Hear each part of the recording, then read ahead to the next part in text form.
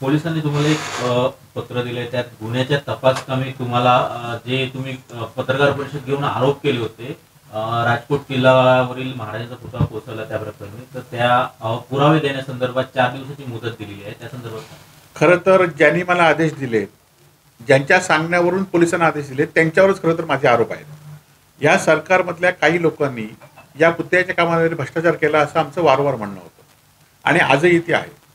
आपल्याला माहिती असेल की एखाद्या संवेदनशील विषयामध्ये पोलीस तपास सुरू असताना त्या पोलिसाच्या तपासामध्ये काय कारवाई झाली पाहिजे हे खरं तर पोलिसांनी लोकांसमोर, शिवप्रेमींसमोर आणलं पाहिजे। यापेक्षा आता या सरकारमध्ये असं उलट झालंय की ज्यांनी भ्रष्टाचार केला असा आमचा आरोप आहे, ते आता आमच्यावर भ्रष्टाचाराचे पुरावे द्या आमच्याकडे मागणी करतायत।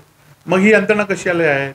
आज आपण बघितलं असाल की 26 सप्टेंबरला हा छत्रपती शिवाजी महाराजांचं स्मारक उद्ध्वस्त झाल्यानंतर पहिल्या 2 तासामध्ये आपटे आणि पाटील अशा दोघांवर त्यावेळी आरोप झाले होते। त्या 2 आरोपीनंतर कुठलाही एका आरोपीकडे पोलिसांनी चौकशी केली नाही किंवा यामध्ये कोण आहे दोषी याची पोलिसांनी कधी चौकशी केली नाही।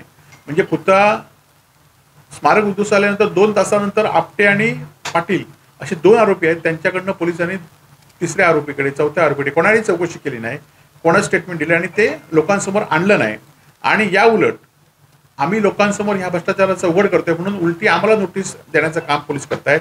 निश्चितपणे पोलिसांनी किती नोटीस दिल्या, किती कारवाई केल्या, तर ते आम्ही शिवाजी महाराजांसाठी आम्ही त्या घेऊ आणि यामध्ये भ्रष्टाचाराच्या पाठीशी कोण आहेत याचा आम्ही उलगडा निश्चित करू।